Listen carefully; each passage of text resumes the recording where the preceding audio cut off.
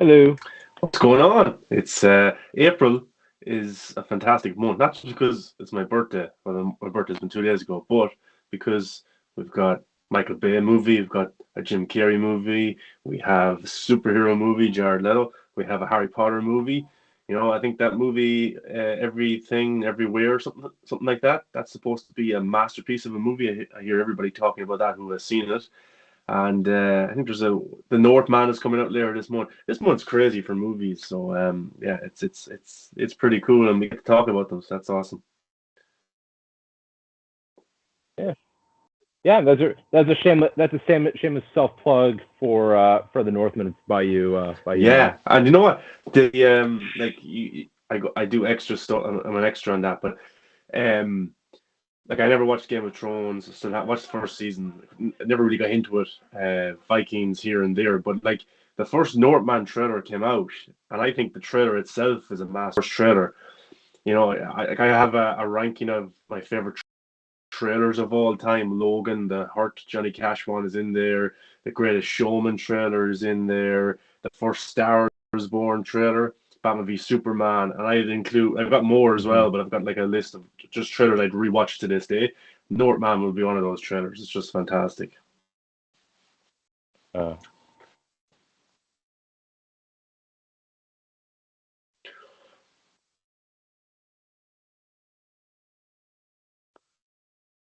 Yes.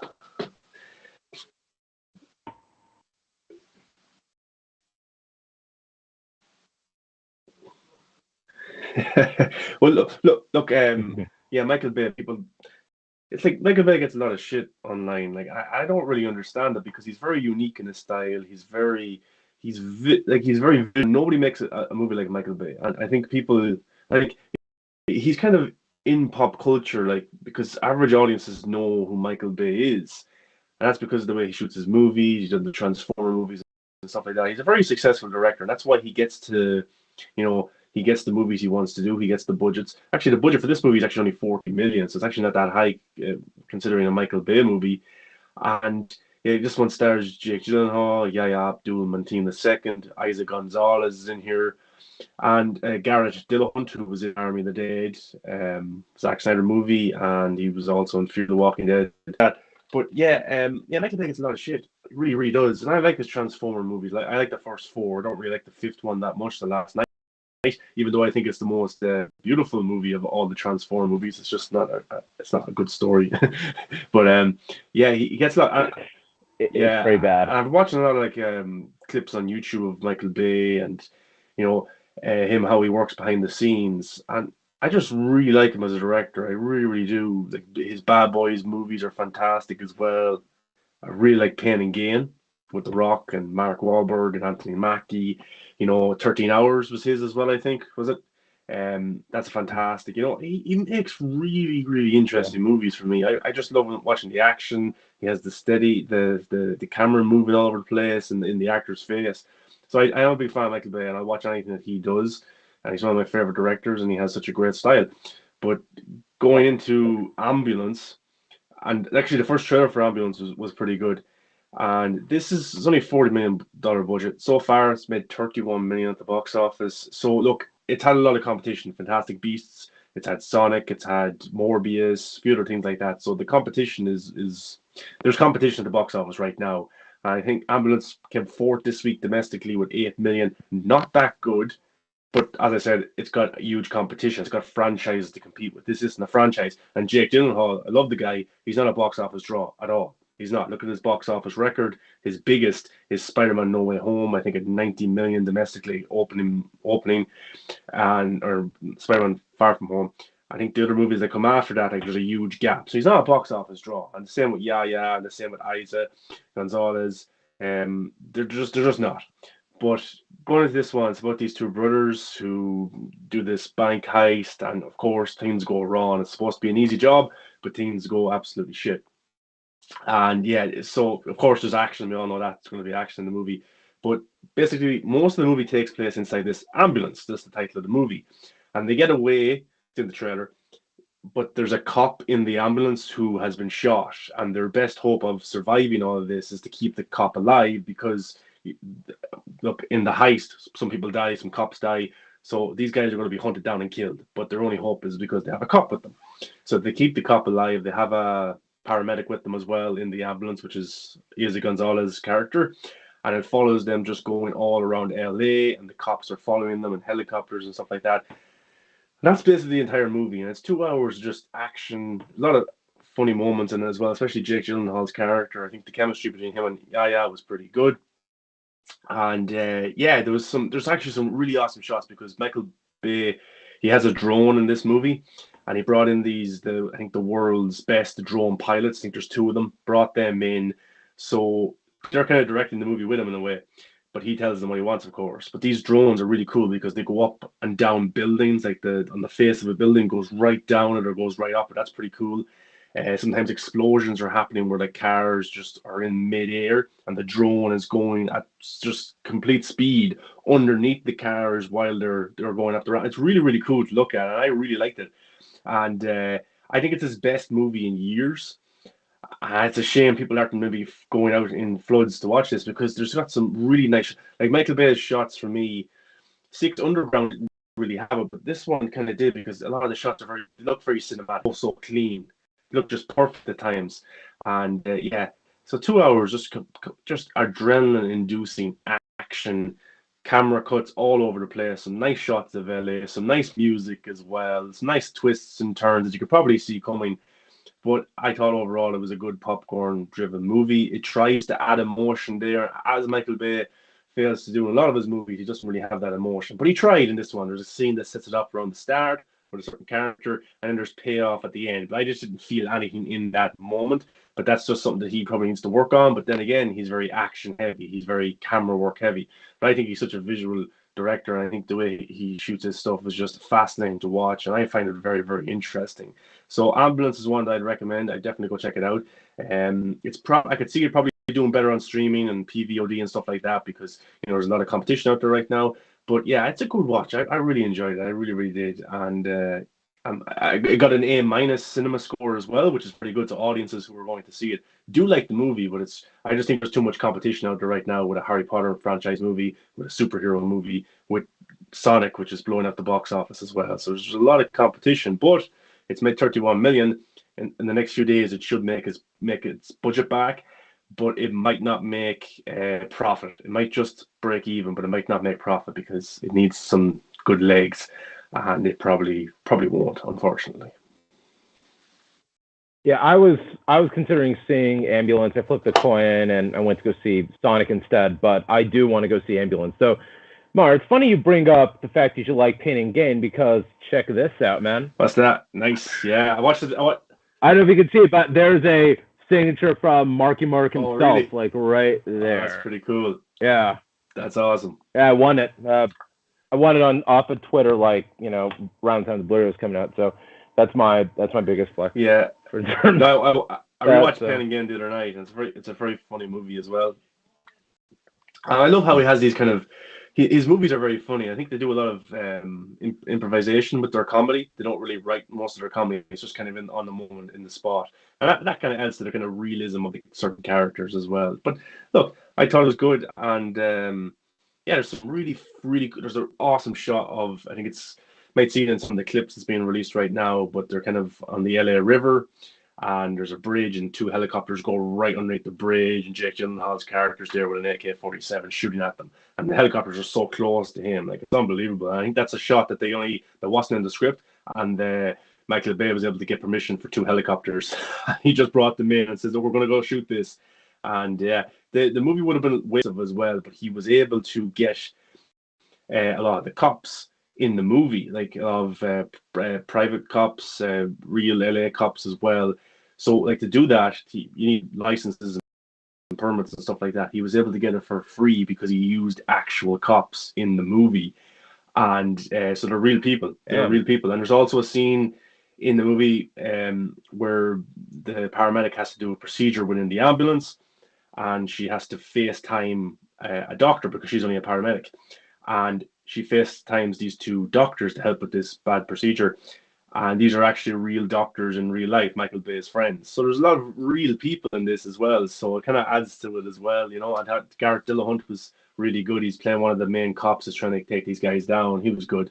He had some good humor as well. But yeah, I'm a Michael Bay fanboy, so I probably wasn't going to hate it that much. But I actually think, to be honest with you, even though I'm a fanboy, I think it's one of his best work in years, probably since Pain and Gain or 13 Hours. Yeah. Yeah, I don't. Oh, sorry. I was gonna say I don't hate Michael Bay movies at all. I just think that when you limit his budget and give him kind of like an R rating, he can pull out something that's solid with something like The Rock or Pain and Gain or like the Bad Boys films. Yeah, exactly. Yeah, and this is full Bayham. That's what they say. But oh yeah.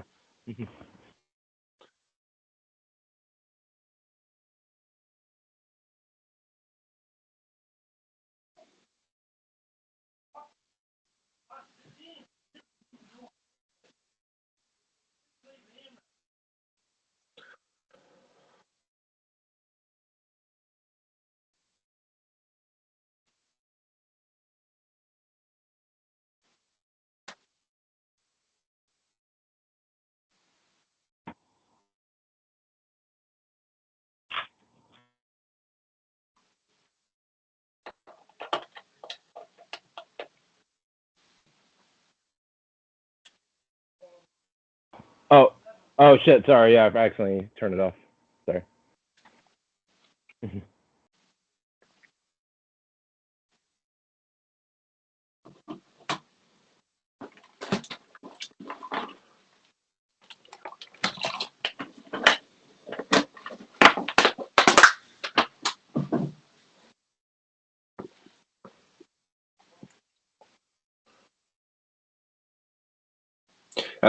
I would say that like you liked the first episode more than I did. I wasn't really I thought it was a kind of a bit of a letdown for a first episode. I thought they should have released maybe the 3 episodes like some of the streaming services do together. But I haven't seen episode 2 or 3 either because the first episode didn't really engage me that much. I will end up catching up on them, but like I did the same with Book of Boba Fett. You know, the first episode wasn't that interesting to me. I just waited to binge it. So I'll wait a few episodes. I will watch Halo. It just didn't really please me the first time watching the episode. It's not like it's a Marvel or DC show that I have to watch week to week, or Severance, which really gets my attention straight away. This one I I didn't attach myself Did you to. see episode 3 though?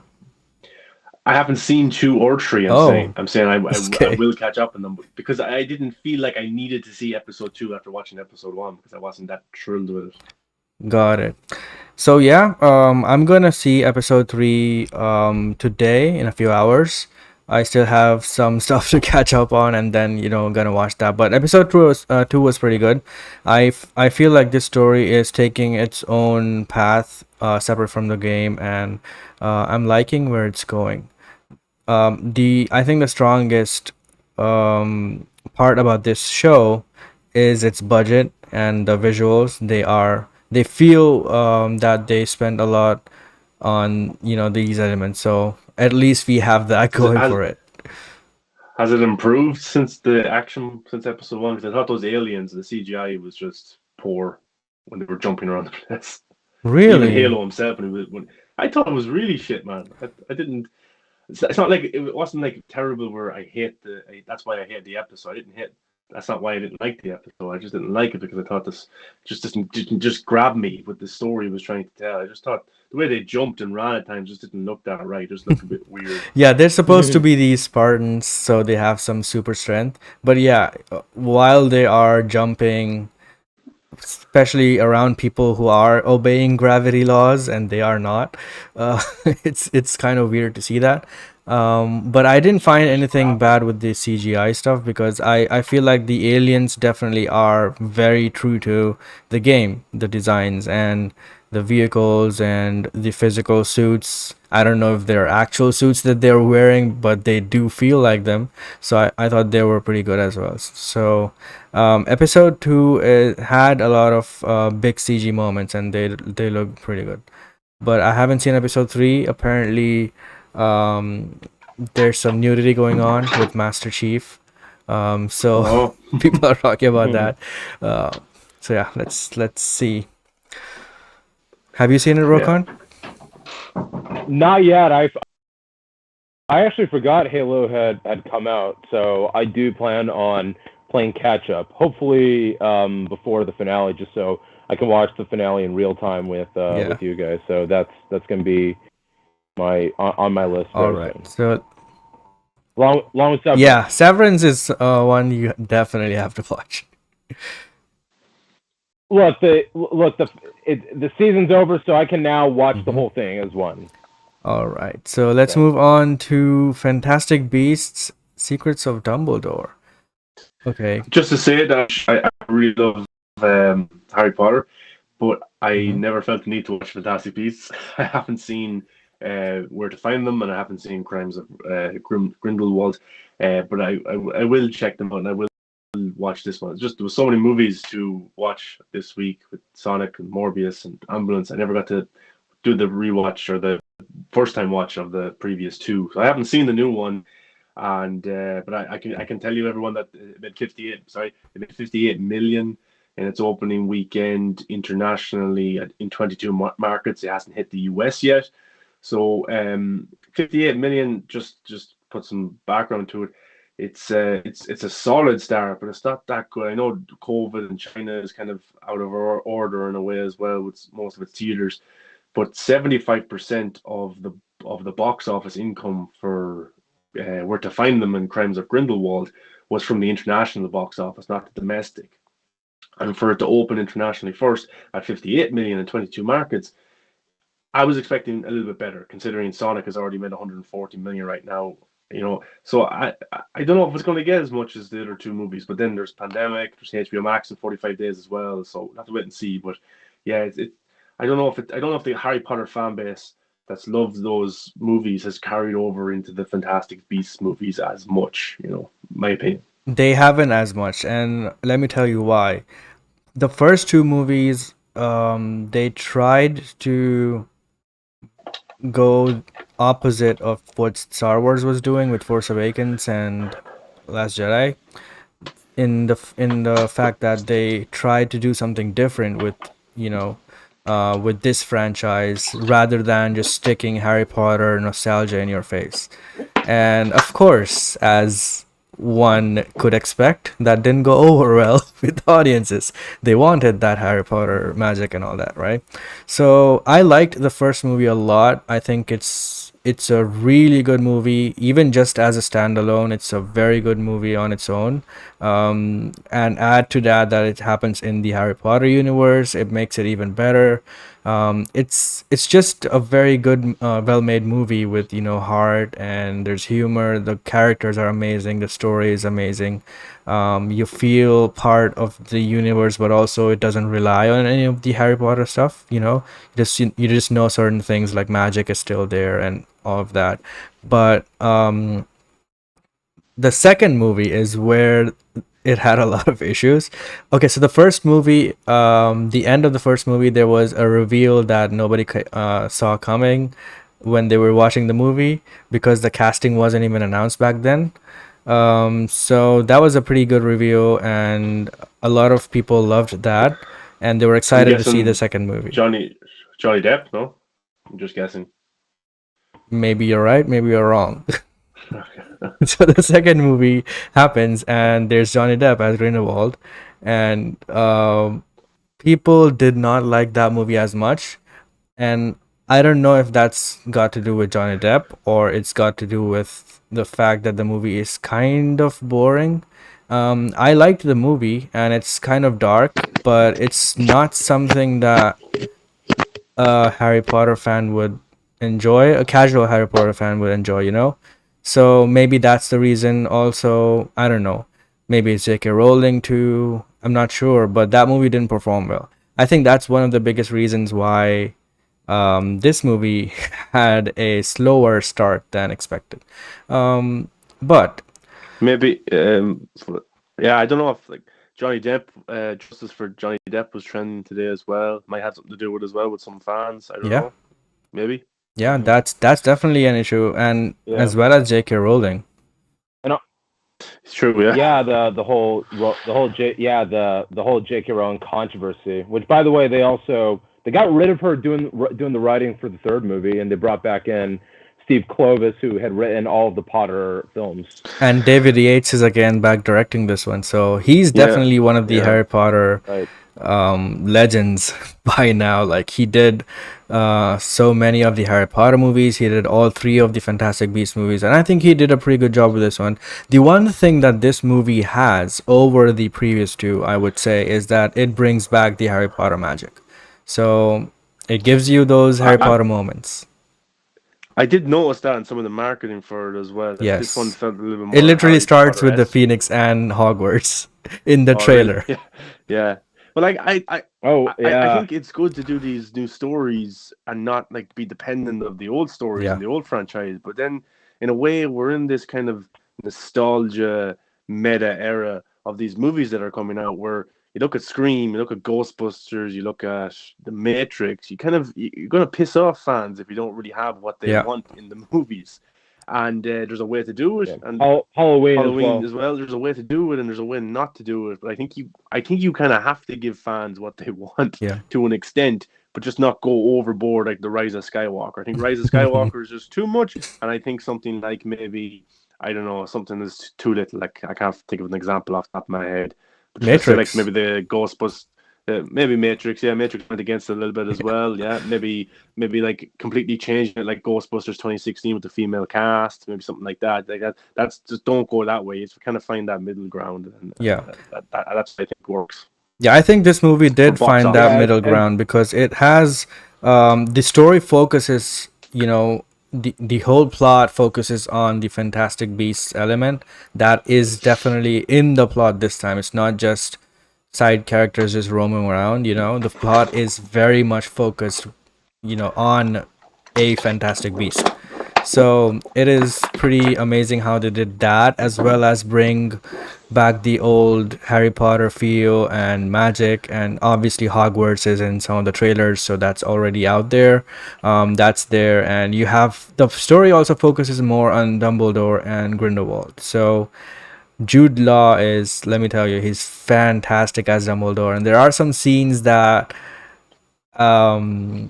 hint at the future of Dumbledore in this movie, which we already are familiar with. So those scenes are pretty emotional and fantastic. Very well done.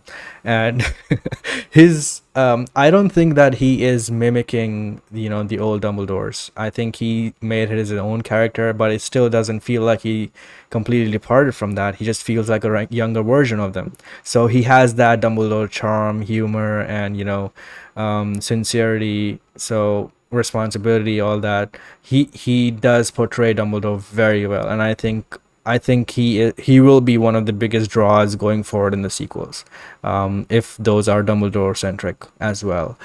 And coming to Mads Mikkelsen as Grindelwald, I think he did a very good job. I think he has a lot of screen time, obviously, and he is also very centric to the plot, and the whole story and message is also very important. It's similar to what X-Men do with Professor X and Magneto, where one fights for the rights of mutants, and one says that they're not into mutant superiority or something like that. So the same concept is with Dumbledore and Grindelwald. Grindelwald just sees humans or muggles as weaker, beings. So he wants war with them, and he doesn't like that they have to hide all the time. So that is obviously political messages with our world as well, but within this world it feels very much interesting and how they deal with it. And Dumbledore and Grindelwald, their dynamic is also pretty good. There are some other new characters as well who bring back some similar tropes from old Harry Potter movies, so that's also pretty good. So yeah, if you are a Harry Potter fan, you will enjoy, I think, this movie more than the previous movies. But if you are a Fantastic Beasts fan, I think you will enjoy this movie maybe more than the first one, or as good as the first one. I know that the Grindelwald character has been played by 3 different actors now. Colin Farrell, yeah, and then Johnny Depp. Is that the way it worked? Maybe. Well, I know that part. Yeah. I know that Okay. Yeah. I know that part. I know that part. Damn But it. what I wanted to get what I wanted to get to was is forget all the kind of exterior stuff, personal stuff. Is Johnny Depp is his absence felt in this one? Do you think that there was something missing with him, or did Mads Mikkelsen make you forget him because the character can shapeshift into different bodies, different looks? No, he can't shapeshift. He he's just recast. They don't address it. Yeah, I know. But But, yeah, I got. it's just a complete recast, is it? They didn't do it like they did Yep. with Colin Farrell into Depp. No. It's just you're supposed to pretend that this is Johnny Depp's Something character from happens in second the one. first movie with Colin and Johnny, but this one is specifically a recast. They just don't mention it. He just looks like that. Really? So it's not like they walk up to him and say, "Oh, Grindelwald, Nope. you look a little Nope. different." But the thing is, to your question, Mar, I did go into the movie obviously questioning that myself because I'm not a huge Johnny Depp fan, nor do I hate him. He's just some a good actor for me. So I didn't exactly love his performance in the second movie, but I didn't hate it. I thought it was pretty good. So it's not like I was attaching this character to Johnny Depp, right? So in the third movie, Mads Mikkelsen took over. I don't think general audiences even care who that is. They just liked his performance, I think. So yeah, performance wise, he did pretty good. He obviously plays a great villain. He's a great actor. So he was awesome in the role, and I didn't feel like Johnny Depp would have done better, or not having him is better. I think either one could have done a good job. Johnny, maybe if you are a Johnny Depp fan, you might think that his villainous role would have been better in this movie because there's something to his performance as a villain that people like. So maybe that aspect was missing from this character. But it didn't feel like he was less evil or more evil in this movie because of the casting change. You know? And Ezra Miller's character, I think I've gathered as well. He's some sort of powerful wizard, or maybe too powerful. How was Ezra Miller in this one? He was pretty good. Yeah. I think he was the best so far. He was awesome in the he was in the first movie, right? Yeah. He was awesome in the first movie. I Yeah. liked him a lot as Credence, but in here I think he gives his best performance because he is just Ezra Miller in this. He is very confident. He is not like that mumbly character that he was in the first movie. He is very confident in this one, very troubled, and um, he has a different look. So I think his character also improved in that aspect as well. He is also big part of the story, so that is also good. I'm just curious as to how WB will handle his situation going forward, because he's a pretty key part in this movie. I do wonder if this movie doesn't, do well. It'll probably do well, but it might not do like stupendously well. I wonder what their plans would be going forward, because they did have a 5-story arc planned, and Yes. we all know Warner Brothers and their arcs and their plans. But it is a Harry Potter franchise. Like, these movies should be making a lot of money. Like, Yes. I was kind of talking about it on Twitter today. People were like, it's doing okay. It's still come out in America and stuff like that. And I talked earlier about 75% of the box office for the first two was internationally. But like, we're in the stage of the pandemic where some movies just do really well. Like Spider-Man No Way Home did just like better than pre-pandemic numbers. It did really well for itself. Venom did really well too for itself. What other movies did well? Bond. James Bond. Like, Bond. these are movies that, Yeah. these big massive movies, Spider-Man, Batman, James Bond, they've kind of been unfazed in a way by the pandemic, and people have just really wanted to see these movies. We're talking about Harry Potter here, a Harry Potter franchise. It just feels to me on the outside that this should be doing better. It should have more hype around it. It should be up. It should be up to, like, Sonic made 70 million domestically. Internationally in 22 markets. Maybe it could have got maybe a little bit higher.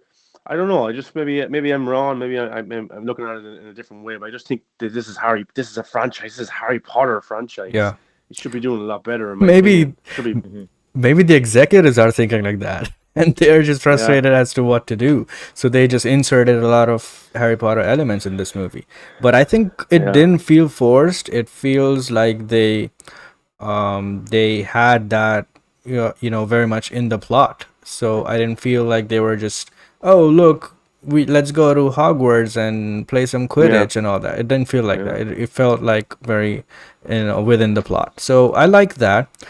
Because I am someone who doesn't like that forced nostalgia and all that. I liked how Fantastic Beasts was a separate thing.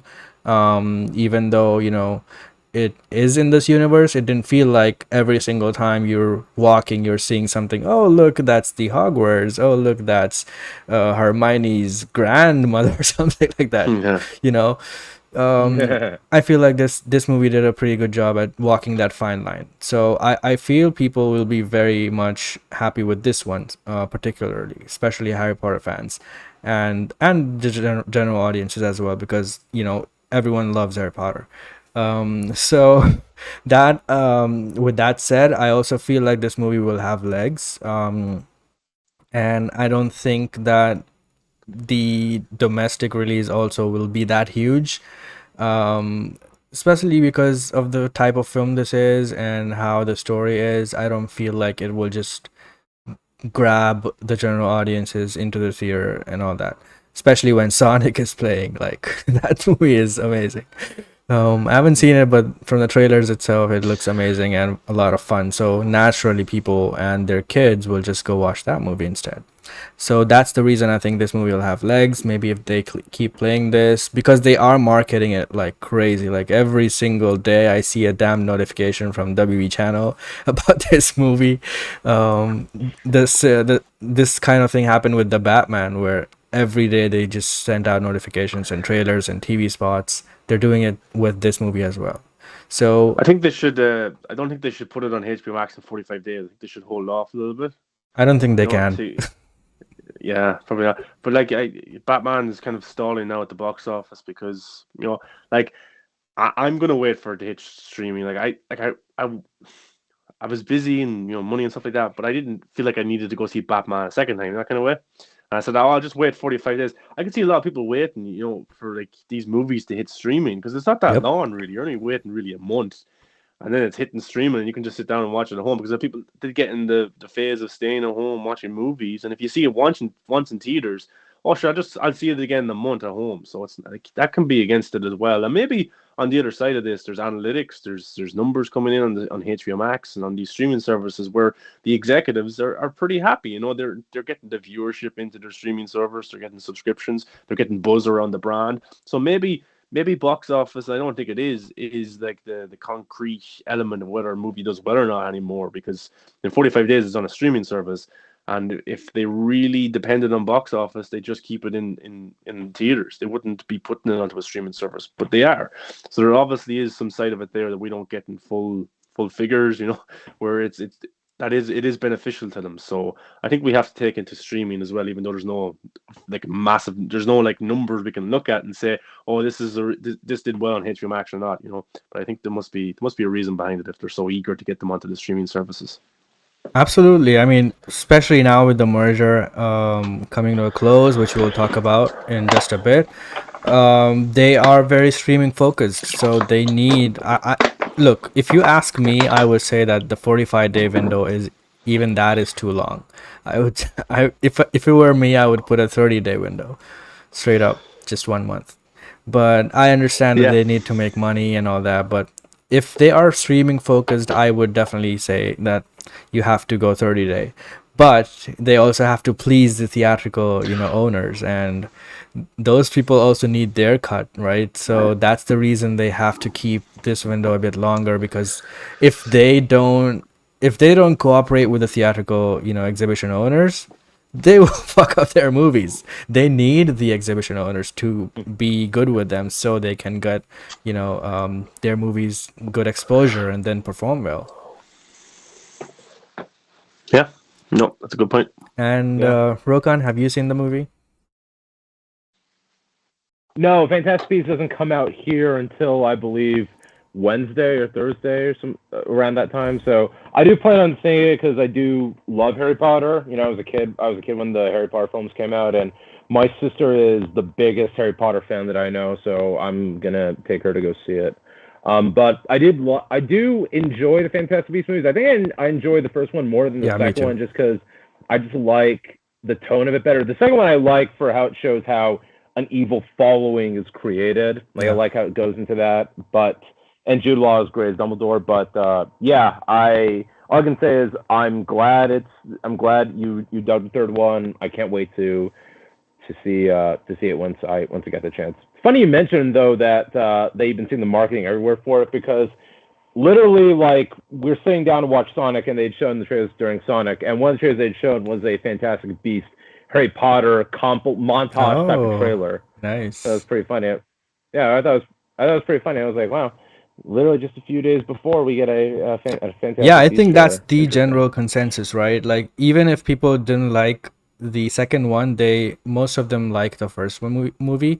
But even those who like both the movies, they all agree that it's somewhat missing the Harry Potter magic, right? But from this movie, I would say they brought it back. Just personally, I would say they brought it back, because I'm not someone who missed that per se, but I did understand why people are saying it. But with this one, I think they won't complain. So yeah. Cool. I can't wait. All right, so let's move on to Maher's favorite movie of the year. Just kidding. Yes. Morbius.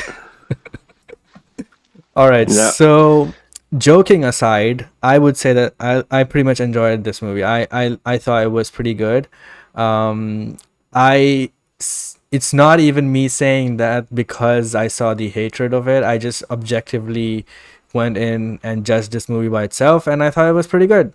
It did have some issues. The editing was weird. The third act kind of felt underwhelming. The endings especially felt a little bit underwhelming. I understand that this is kind of a personal story for Morbius, the character, but and the ending does make sense, but even, as a CBM, you have to have a big third act, and this one just didn't have that. It was kind of underwhelming in that sense. And the post-credit scenes, I heard that a lot of people hated that and called them the worst post-credit scenes ever, and I was like, why? It's not that bad. I tell you what's the worst post-credit scene is bringing Venom into the MCU and then taking him out of the MCU. I laughed so hard at the first post-credit scene, dude. Like, the way they did that. No. No. I still say the worst post-credit scene is literally just a musical number. You made people sit around for nothing. Just which movie was that? Gag. That's that's Hawkeye. I didn't watch that. But great show, but that post-credit scene was fucking bullshit. Yeah, but this movie I think is pretty good. I'm not even trying to defend this. Like, I don't have any horse in the game. I don't know who Morbius is. Well, now I know, but I wasn't a fan of Morbius before, and I'm not a huge Leto fan, but I like him as an actor, and he did pretty good. I thought that, the other two characters are also pretty good. I'm forgetting her name, but the Adia Aroha. Okay, but what's the name of the character? I forget her name. So the doctor, she was pretty good. I thought she didn't get wasted, and I thought she had a pretty good role in the movie, and even as performance, she was good. Matt Smith was, as expected, he was pretty good throughout the movie. There's some things he did that didn't make sense. So I will agree with that, but it was not supposed to be some serious type of movie. Even Morbius himself is very humorous, and I like Jared Leto's joking style. Even in We Crashed, I'm watching that one, right? The way he sets up a joke and tells it like this, not laughing too much or making faces. He just delivers it. I just love that. So he was pretty good in the role as well, and I loved the character's powers a lot. And I feel like they should definitely bring back this character for other movies in their universe, whatever universe it is in. And I, even if you're not making a sequel, I just think that this character is too awesome to just trash away. I just want to see him back. Yeah, the movie's made 126 million worldwide right now. Its budget was pretty small. It was like 70 million, 75 million. So it will break even. It will make a little bit of profit. But yeah, it's got the biggest second week drop off of any superhero movie ever, any Marvel movie ever, something like that. Okay, but there is big competition this week anyway. Like there's Sonic, there's Fantastic Beasts, there's all these other movies coming out anyway. But yeah. And Jared Leto isn't a box office attraction movie star. He's just not. He doesn't really lead too many movies, and here he is leading a movie, and it's done respectfully well, I think. He actually feels very unlucky in that matter. Whenever he's in a movie, he just gets critically trashed and all that. Yeah, there's.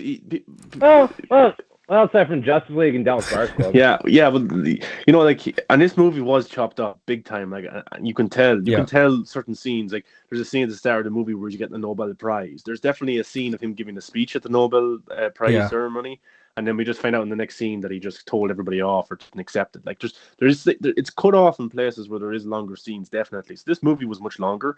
There was more context in terms of the MCU and Marvel, Venom, Spider-Man, Oscorp, and stuff like that. Rhino, Black Cat, and it was all cut out.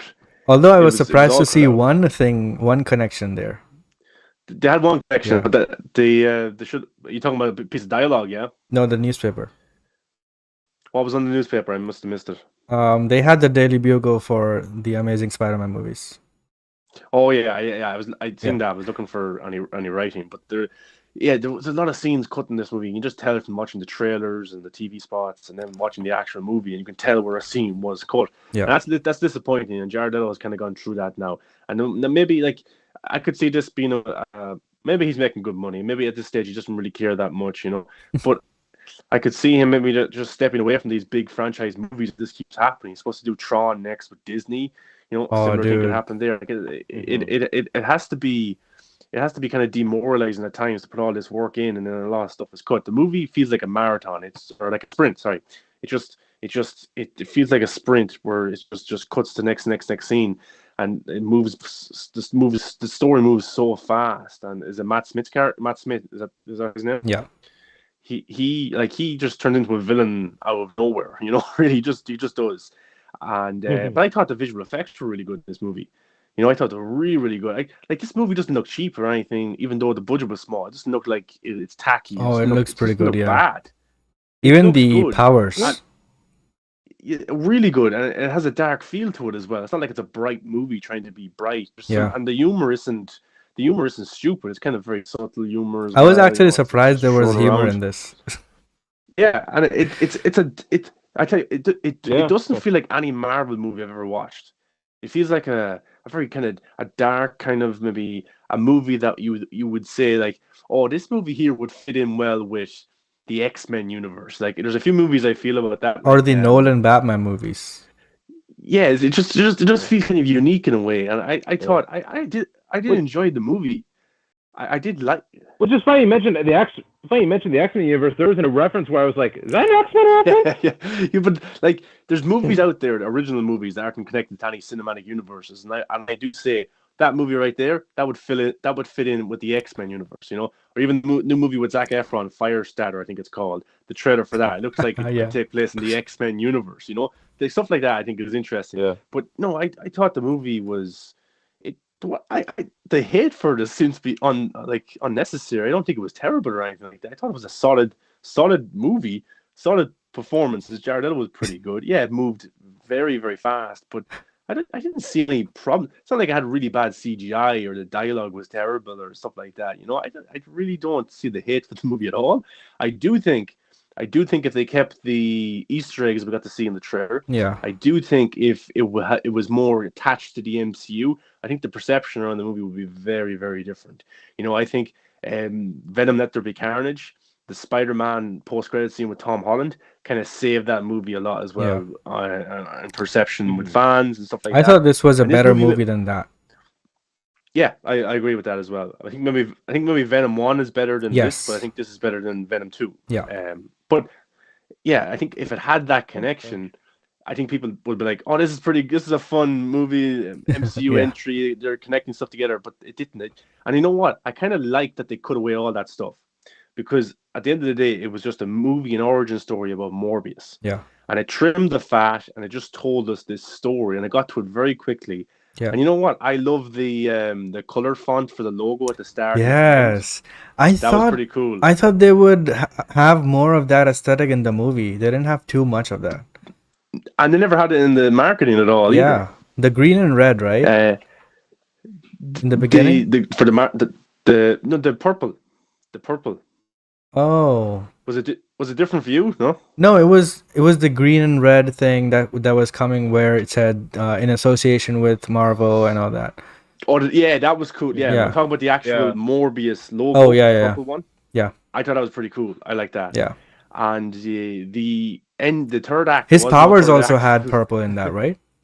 When he was Yeah, flying. yeah. That was cool Yeah. actually as well. Yeah. Like, I think it depends what he's wearing, because he was in a Yeah. jumpsuit and it was orange, and then the Yeah. color was orange as well. So I think it depends what he's wearing. But the ending, the third act, there is no third act. It's just very fast and it's just over out and over. There's did a like the- 0.3 act. Yeah, I did like the closing shot. I'm just going to say he's flying in the air, Yeah. and it closes on his face. But there's something else in that scene. I did like that, and I'm actually I think there's actually if they do make Morbius 2, I think there's a very interesting marketing campaign that they could do that would be very similar to, say, the obsession people had with Joker and Harley Quinn in the first Suicide Squad movie. Yep. I think in a way that could be implemented into the second one. But I don't know if they'll make a second one. But I like the feel of this. I think it's different. It's like a vampire movie. It doesn't feel like a Marvel movie at all, even though it had some references. Speaking of the vampire thing, when he was getting into that chamber when the bats were flying, this scene is in the trailer, so I'm not spoiling anything. So when he's stepping in that, did you hear the Dark Knight theme? It's very it's there, but it's very kind of muted, and the sounds and stuff like that. Like the So, first two notes are the exact same, and I was like, "What is going on here?"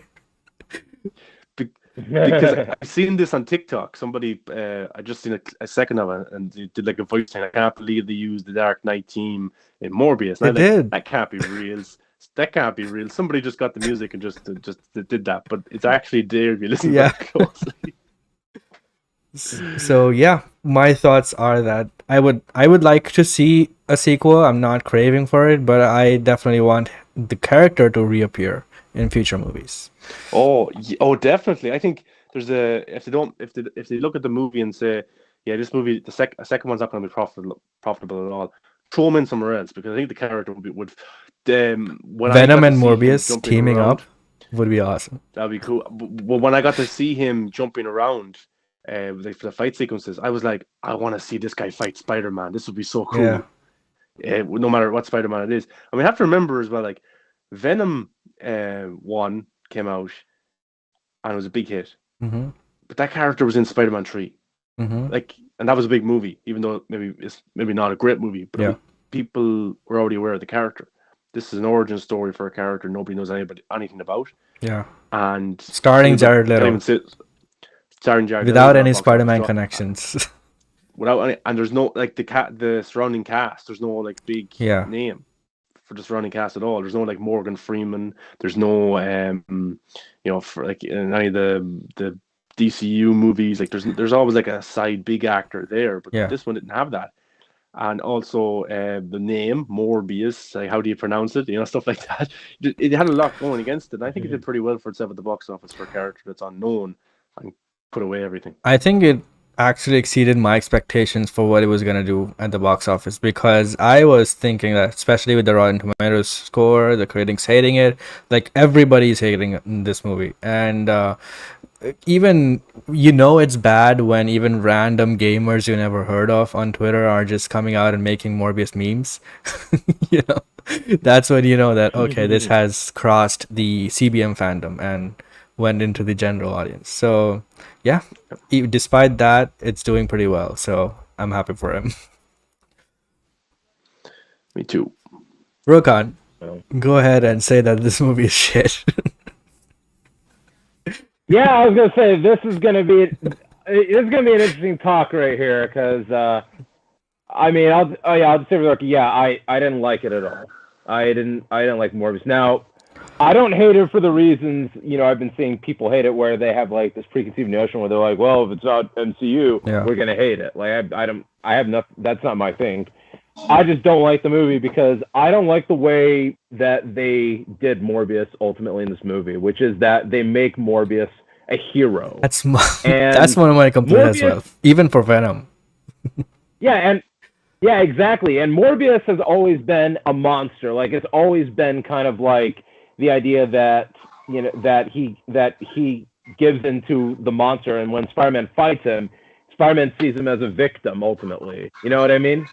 And in this movie, they straight make him a hero. They don't have Morbius kill anybody aside from the mercenaries on the ship, but they make it clear that they're evil people. And they make that clear so you don't feel bad for him killing them. You know what I mean? And so the whole rest of the time they just make him just this hero, this hero. He's saving people. He's all saying, "Oh, I would never." He's like, "I'm not gonna take a life or anything like that." Like, there's a scene where you see like this innocent nurse getting killed, and I was sitting there going like, "Oh, this is actually really cool. He's actually giving in to the monster." And then they reveal that it's when that happened, I was so sure that it was not him. I was 100% certain it was not him, and that's when I started theorizing about the villain. Yeah, I had a feeling about that too, but you never know. But yeah, and then kind of like they also made the mistake they didn't market that Matt Smith was playing the bad guy. That came as a surprise to me somewhat. It did, yeah, it did, but it did. And on one hand, I like the idea of being surprised, but on the other hand, they marketed the movie as kind of like this Jekyll and Hyde battle within type of film, which is what I was like, oh, actually, that's interesting for a Morbius origin story. You know what I mean? He's, it's about how is he going to battle with the monster. And then probably at the end, he gives in to the monster, which is how you set him up as a villain, and he goes off to fight Spider-Man. This movie, it's literally just kind of like, vampire versus evil vampire. So I didn't like Venom that. versus Carnage. Or Venom versus Riot. Pretty much. It's just that formula just with vampires. And that gives me a lot of fear for the Kraven the Hunter movie, which is I don't want to see Kraven as a hero. The thing about Kraven is that he hunts people down and he kills them. He has fun with that.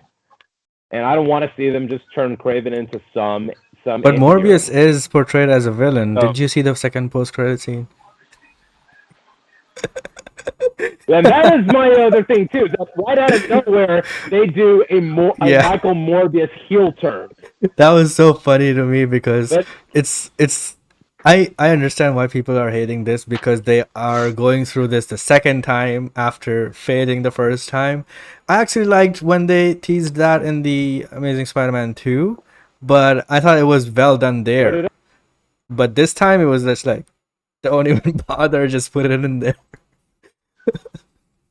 Yeah, it didn't make. Yeah, I mean, at least in the Amazing Spider-Man 2, it made sense. It's like, okay, Oscorp is the big bad evil corporation, and this is what they're doing. And you're like, all right, it's simple. I can get behind that. This is just kind of like, hey, let's take down Spider-Man. He's like, all right. Which one? So yeah, that's the other thing too. We still have no idea. I still think it's the Amazing Spider-Man, but yes, the movie doesn't make it clear, and it's just me theorizing based on my another interest in seeing Venom and Amazing Spider-Man. Tobey Maguire. No, I mean Andrew Garfield's, not Tobey Maguire's. So just based on that, I think this is also in that universe, but who knows? I do want to say for the record, I walked out of Morbius with the same feeling I had when I saw the David Harbour Hellboy movie. Oh, Like, did you guys see the I David hated Harbour that Hellboy movie film? so much. Terrible. And I like It's bad. It's I like all bad, movies, and I hate that movie. Yeah. It's bad. It's bad, but I remember walking out of that film going, okay, I like David Harbour as Hellboy to the point that I would see him again. I just don't like the movie that Yeah, he I get was that. given. And that's how I felt walking out of Morbius. I like Jared Leto as Morbius to the point that I'd be down to see him in another film as Michael Morbius, just with a better script and a Yeah, better film. the dilemma of if he's good or bad. I thought what they were doing was like he doesn't want to be bad. Like he's a good guy. He's helped people his whole life. He's tried to cure this disease, and then he gets this demon inside of him where it makes him want to. Like he craves blood, and he needs it to survive. So he's going to have to, he's going to have to find a fix. But I thought what they would do was kill his love interest, and that would make him go kind of I thought that as evil well. and rogue. And I was like, this will be really Mhm. cool at the end now if they killed her, Matt Smith's Yeah. character killed her, and now we just had Jared Leto's character, just he's lost his friend, he's lost his girlfriend, he's lost his father figure.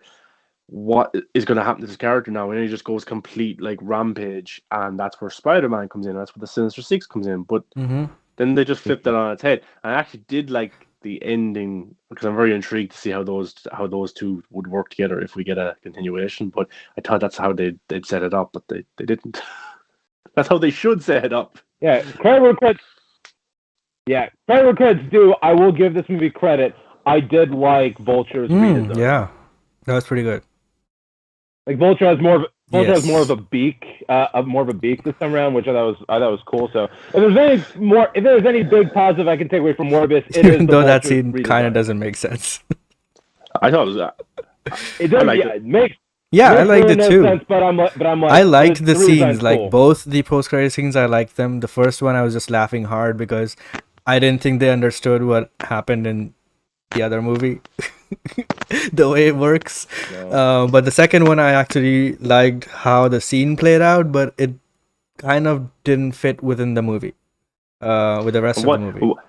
And why did they make it up to 2 credit scenes? Why did they just put them all together? Why did they because they had the first one and then they had like some starring Jared Leto and such, and then they had the other one straight after. Should have just made one big scene and maybe put some context around why the Jared Leto's character wants to meet with Morbius or with Vulture. I mean, sorry. That's the frustrating thing. I think that's the thing that a lot of people are hating. Yeah. So, but Sony is doing this again. They're just rushing. And all that. Yeah, but if it was, I don't know. But look, if I would watch this movie again. Actually, I would actually give it another watch. Me too. I did enjoy it. I like the feel of it, and yeah, you know what? Like people are saying, particularly the dynamic, of Jared Leto and Matt Smith's character. Yeah, and the VFX on their faces when they changed was brilliant, really, really good. And I would say that the Sony VFX teams for all their movies are doing a fantastic job. I wish maybe they'd get work at Marvel, the MCU, because their VFX at times isn't great. The one fundamental difference is that Sony Spider-Man movies or Venom 2 or this movie, most of the scenes are at night. So that's why they have advantage. The Spider-Man movies in the MCU are always during the daytime. Yeah, true. The people are saying give it back to Marvel, the MCU, give them back the rights. Nah. I don't want a monopoly of the MCU movies, because even though this new phase of the MCU they're different, it still has that Marvel feel in the VFX and the everything like that. I do like where we get a gem like. I liked Morbius, and I'll watch it again. But I like the days of getting something like Logan, or Days of Future Past. Sony has the best chances of giving those types of movies right now because Kraven the Hunter could come out, and it could be one of the best comic book movies of all time. It could be, because I'm looking at the track record of Sony. They have given us, arguably, some of the greatest comic book movies of all time. They've given us the best Spider-Man movies. They've given us Spider-Man 1, Spider-Man 2, The Amazing Spider-Man 1. People like Into the Spider-Verse. Spider-Man 2, Into the Spider-Verse. Spider-Man No Way Home was the characters they built up. Tobey Maguire, Andrew Garfield, William Dafoe, Alfred Molina. That's that Sony built that. That wasn't Kevin. He was the producer and something, but it wasn't the MCU that built those up. Yeah. It was Sony. So you can say all you want about Sony don't know what they're doing. In a way, they are, and their movies are making money. Venom 1 and 2 made a lot of money. We're getting a third. Morbius, not a massive hit, but it's going to do respectfully well for an unknown character. Russell Crowe has joined Kraven the Hunter. So look at the track record of Sony and look at what the movies they've given us in the box office ratio. They've given us some of the best comic book movies of all time. Mm-hmm. And I think it's not going to take them too long before they give us another one. And it could be Kraven the Hunter. It could be Venom 3. It could Madam be Web is coming. Madam Web. It could be a Spider-Man. If they're bringing back, we talk about Sam Raimi and Tobey and maybe Spider-Man 4, Amazing Spider-Man 3. I think it won't be too long. Into the Spider-Verse 2 is coming. You know, I just don't think Sony are ever that far away from giving us some great movie. They've made some stupid decisions, but so have every studio. And I think that I want Sony to keep the rights of Spider-Man and all these characters because Marvel aren't making us standalone villain stories. They're superhero orientated. They want to give us these are about superheroes. Yeah. We would never get a standalone Vulture movie in the MCU or some other Iron Man villain or Captain America villain. We would never get it. But here in Sony, we're getting it in a way. Yeah. One thing I would like to see, I don't know if it will happen one day, but one thing I would like to see is when they are making the Sinister Six movie with, against Spider-Man and all that, the big movie that they are building up to. I think they should just get the directors and writers of Into the Spider-Verse. I think they understand Spider-Man very well and they would do a really good job. So that would be a home run if you get them. Definitely. Well, so we kind of had the Sinister. Well, I had the Fearsome Five and No Way Home. So I really don't know. Like, I really don't think it's necessary to do a Sinister Six movie again, considering that we kind of. But they are building that since years. I know. We will definitely see a sequel to No Way Home. It's like every time Andrew and Tom. Yeah, definitely. Are coming back together. It's like every time Amy Pascal says, "Let's build up to Sinister Six," the audience goes, "No." But I want to see like it's gonna be interesting because I think their thinking is like how can we make another Spider-Man No Way Home? Mm-hmm. But do we need to bring back like Green Goblin? Like what weird like they have this new Sinister Six forming, but like the possibilities are endless. They could do absolutely anything, and give Sam Raimi the Spider-Man Sinister Six movie. That would be. But I think we're getting some very interesting things from Sony, and I'm all forward. Even though I don't think that they're 10 out of 10s, it might be 5 out of 10s, but I'm having a good time watching. I'll actually take that variety over, straight A's just from the MCU. I like you said, I like the Sony Marvel movies. I liked the Fox Marvel movies a lot. It's very upsetting that they took that away from us, but at least we got a lot of the X-Men movies from them, even though some might be bad or okay or whatever, but at least we had some other company making it in their own style, so I liked that. But speaking of MCU, we can jump on to Moon Knight. So, I was not anticipating this show that much. I just thought that the character was cool, but I didn't know anything about it. And then I watched the first episode, and I thought that it was okay to good. I didn't think it was great, but I saw everyone raving about it, and I was like, okay, it's maybe I didn't see what other people are seeing. But after I saw episode 2, I was so excited about this character and about this show because I thought the second episode was miles better. They showed us a lot of the character, and so many different characters were got to shine, and also the villain character was the episode was very much focused on him as well, and there was a lot of awesome action with this character. Um, the music was amazing. There was some really good performances from Oscar Isaac and Ethan Hawke. So all of that stuff just, I think this is one episode which you will find like a finale, or the one episode before the finale, but this was just in the second episode, and I was like, wow, this show is definitely going to be good. And there's just 4 episodes remaining, so I hope every episode is at this level. um yeah, I really enjoyed the second episode a lot. I thought the first one was pretty good as well, but the second one was just spectacular on every level, like music, the visuals, the CG, the characters, villains, heroes, everyone just at the top of their game, and I was just so happy seeing that. Yeah, I think I preferred episode one.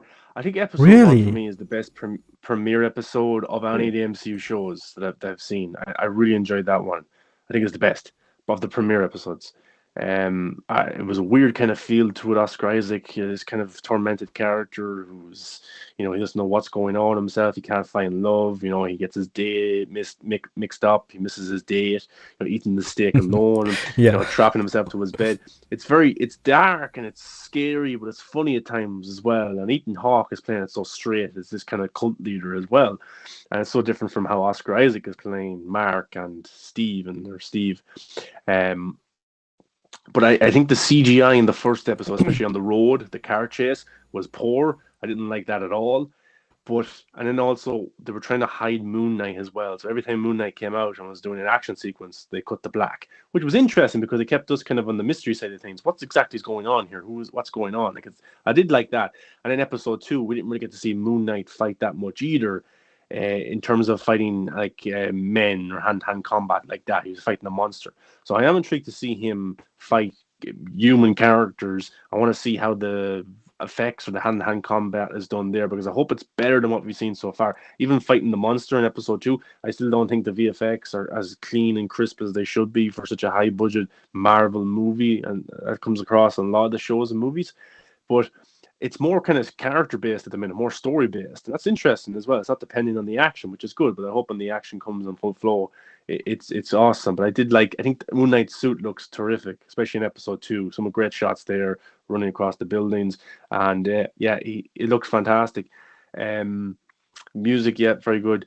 So I did like the first 2 episodes, and there's only 4 left, and I still don't know quite what's going on with the whole pharaohs and the whatever the names of the big monster character that owns Moon Knight or whatever. I don't know. But I am intrigued to see how it goes. And Ethan Hawke's character as well, and I think I think there's going to be a third or a fourth personality in Moon Knight as well. That's interesting. The different suits. There was a different suit in episode 2 as well, because Stephen, is his name Stephen or Steve? Stephen. Yeah, Steven with the V. Stephen, yeah. He picked a different suit for the fight, which was funny and interesting. But some people online were kind of giving out that it wasn't the comic actor or something like that. But most I people don't give a watch shit this about all that. yeah, exactly. Yeah, so I've really enjoyed the first 2 episodes. Really liking Oscar Isaac's performance, and I think it's a lot of fun. It's really, really good. I wouldn't say I don't know if it's the best show I've watched of all the MCU shows yet. It's only 2 episodes in. For me, that's still Falcon and the Winter Soldier. I really like that one. But I think it's Ethan Hawke is terrific in it as well, and I want to see some hand-to-hand combat. I want to see how they do that, because that's Moon Knight. People have described him as the Marvel Batman. I need to see that. I need to see him doing some awesome action. Hopefully, it's one-shot action as well, like John Wick or His something like cape that, or is Last Night in awesome. the Warehouse. Yeah, it's really cool. I really like the suit. I'd actually love like an action figure or something of it, because Yeah. it looks really good. I think it's one of my favorite MCU suits. He looks real as well. He doesn't look all CGI. It actually looks like a pretty good suit. What do you think of Mr. Knight's persona? I didn't get to see too much of it. Like, I think it probably gives Steven a little bit more confidence because he's wearing a mask. But yeah, I need to see more. But yeah, but it was kind of funny, him kind of fighting the monster, like hands up. So yeah, I want to see more. I can't really. Yeah, show me more. I want to see episode 3. Yeah. Rokan? I really dug it, man. I think it's a very cool start. I'm not familiar with the Moon Knight comics aside from when there'd be issues of him teaming with Spider-Man, so pretty much my knowledge is limited. But from what I'd seen, I really dig it a lot. I do think the CGI at times looks like crap. It looks like 2000s CGI, especially with the monsters. But no, yeah. Other than that, I really like it. Oscar Isaac's doing a great job as expected. Oscar Isaac and Ethan Hawke as well. So I'm really liking it. Marvel really won I here do with like- these two actors. Yeah. Well, I wouldn't say they won with Oscar Isaac because he's done Marvel projects before, but definitely with Ethan Hawke. Ethan Hawke was definitely the big but- guy because he has said previously that he will never, he doesn't like comic book stuff. Exactly. So the fact that they were able to goad him into this is, it's a pretty big deal. Yeah. So yeah, I can't wait. I do like the fact though that they embrace the horror aspect. Yeah. It's funny. I think it's like a lot of comic book projects these days are trying to master that comic book horror vibe. Like New Mutants tried it, Morbius tried it, and now they're trying it with Moon Knight. And as a horror fan, I'm loving it. Finally, people might get into horror more than. Oh, that'd be pretty cool, honestly. I mean, I'll say right here, they got horror done better right here than they did with New Mutants and Morbius. New Mutants was so weird because that actually had a pretty good movie. They actually had a pretty good movie in their hands, but they did the same thing. They cut it off so much.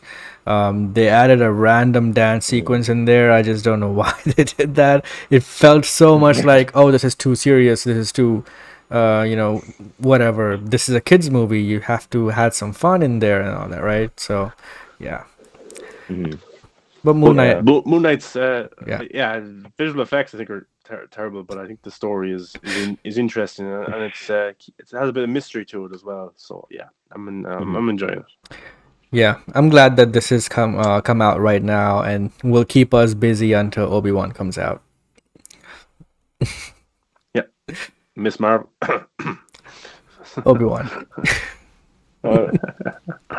So yeah, let's jump on to the next topic, which is Severance. And holy shit, we finally saw the finale, and it was a masterclass in filmmaking, I would say, because they did so much this whole season to set up this kind of mentality for the audience that you literally get so hooked into the tension and automatically think these innies and outies as two different people.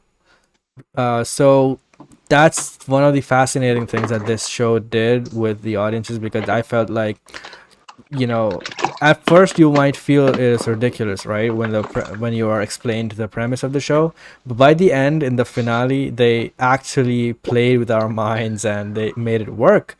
So I felt like that was such an interesting technique that they used.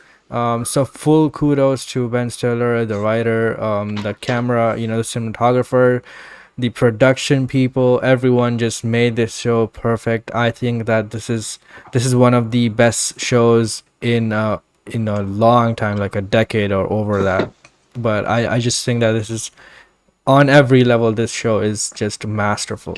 So I loved the finale. I thought that, they did a pretty good job at resolving some of the things that happened in the entire season, while also setting up a huge cliffhanger for next season. And I was like, why would you do this to me twice in 2 weeks?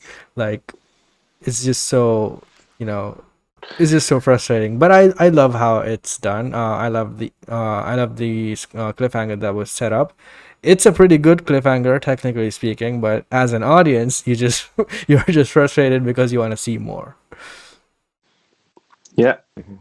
I've only ever given one season a single season the masterpiece tagline, and True Detective season 1 for me is an absolute masterpiece. I think it's the greatest single season in television history. I'm not talking about multiple seasons, I'm talking about just one season. That's True Detective season 1. Severance for me has joined that kind of team. It has, and two very different shows, of course, but Severance, the twists and the storylines and the mystery of it all, and the performances and cinematography, the score is just terrific, and the world building about what Lumen Industries is doing and what they are. It's very, very thought provoking, very interesting. I think I've noticed online over the weeks more people have started watching the show, which is good, Mm-hmm. and it's obviously done well enough to greenlight a season two. But yeah, the nailed the finale, and the finale wasn't spectacle and amazing effects and massive action, right? Like that. The finale was pretty simple, and what it relied on was tension. You know, Yeah, tension of the innies staying in the outie form, while the clock is ticking, and then them trying literally to figure out how in the to, music. yeah. Yeah, and like they have to figure out how to warn other people. Who can they trust to tell them what exactly is going on? What information do they get? Who do they talk to? Stuff like that. So that was interesting. And then Patricia Arquette's character is trying to stop. She realizes it. She tries to stop them. And we also have Helly. We find out Helly is a part of this, big mystery as well. And it's messed up. It really, really is. And we still don't know exactly what's going on, what Lumen Industries' end game plan is. There's lots of theories out there, but whatever theory you have is debunked because we got to see a man feeding goats in a room on his own. So it doesn't make any sense whatsoever at all. But I was watching the Q&A. They did like a premiere or a finale screening the other night, and there was a big Q&A after with all the cast and Ben Stiller and the creator of the show, forgetting his name, but he came up with this idea, all original. Like, this is not based on a book. It's not like something that's a knockoff or something else. That's why I kind of give it the tagline of this, the new Matrix, in a way. This guy is very, very smart and very interesting. And there's the book, You Are, the The book that's written UUR. in the series. Yeah, You Are. He actually wrote 40 pages of that book, and I'd love to read it. Yeah. I think there's also kind of like, they don't call it the 10 Commandments, but I think it's like these commandments of Lumen Industry, like, these kind of bullet points, words that they have. He's written a lot of world building and extra content that maybe we'll never read or we'll never find out about. There's a book actually floating around as well, but there's so much to take in with this series. I think Ben Stiller, I've been telling people he's a terrific director, and now he's finally kind of being noticed with this. And I think he directed the last episode masterfully, He did really well 6 done. episodes And it out was, of 9. yeah, I don't think he did 4 or Oh 5. wow. He didn't do 4, 5, or 6. I don't think. Yeah. Um, And he did the last but 2. So both these Yeah, cliffhangers are on him. it's all his fault. But the tension was what made the finale Oh so good, yeah. because it's actually The it's not editing like, was phenomenal, dude. yeah, and it's very close on Mark's face, on Helly's face, on Irving's face, like just their emotions, and then like them seeing the outside world, and it's the cutting, of course, the editing, and yeah, that's what made the episode great, because you're thinking, wait, now this episode's what, for 44 minutes? I need answers. I need answers. Okay, weird. Oh my god, he said the Patricia Arquette's name. Oh my god, that's a mistake. Helly, what's she gonna do? Oh my god, she's a part of this. What, Irving? He was in the what? And then he's looking at Bert. I was like, what's going on? And then the cliffhanger was amazing. Yeah. It was annoying, absolutely annoying, but I just started laughing out loud because of the word that's said by Maher. Yeah. And then there's the music, there's the song that plays. There's this, I don't know the name of it, but there's a really interesting song that plays, and then it's just over. And that's season 1 done. So I think they did an unbelievable job, and I cannot wait for season 2. And the creator did say that he has 2 seasons in mind. He has 7 seasons in mind, but he has 20 seasons worth of content for this show. So Yeah. I don't know if I want to spend the next 20 years of my life watching Severance, but Hey, I will. it's it's Put me in a room and it's I'll very just interesting. keep watching it over and over again. Yeah, exactly. As long as I'd love to. as long as Apple, Yeah, sorry, I'd say as long as Apple Yep. TV's got the money for 20 seasons of Severance. Yeah. There's that. exactly. Yeah, but yeah. So I think it's a perfect season in my book, and I might rewatch it. I am definitely gonna rewatch it because this is one of these shows as well who the creators put in a lot of work in every shot. So it's not just everything you see in the shot. It has a meaning and why it's there. The colors have a meaning. The words that are in the books and all that have a meaning. The designs and the symbols in the background have a meaning. So I'm definitely gonna rewatch, and even some of the dialogue, you won't understand the meaning of that dialogue when they're said, but in later episodes it's revealed, and now when you go back you will understand why that was said. So stuff like that. Yeah, there's one thing in particular, I forget exactly what it was, but I remember watching this finale, I was like, oh, episode 3 or 4, they set this up, and there's a reason for it. Dude, the first scene, very first scene with her on the table, there was some dialogue over there which I realized after seeing the finale, and I was like, wow, they just did a lot of work on this show. So I just love stuff like this, because I'm the one who actually, when a scene is going on, I'm the one who scans the whole screen to see if there are some stuff in the background. So when stuff like this is actually present, I feel like I'm rewarded. So it's good. Yeah. Yeah. Yeah. So Rokan, you definitely should check it out. I don't think you'll be disappointed. And this show isn't like, if you like sci-fi, you'll like it. If you like thrillers, you'll like it. It's I think this show is for everyone. Like anyone who enjoys watching movies and shows, they'll love it. Oh yeah, when you told me about the show, after we did our episode, the first thing I did was I checked out the trailer, and I was like, all right, this is definitely my type of show. So that will be I'll be watching the whole thing, hopefully really soon, and then I'll give you guys my quick feedback on it on the next episode. Awesome. So let's move on to the next topic. It's masterpiece. It's the best thing ever. Yes, it is. The best thing ever. Yes, it is. But yeah, I'd probably say that, but also just a lot of me being like, bro, dude. Yep, dude. that was me.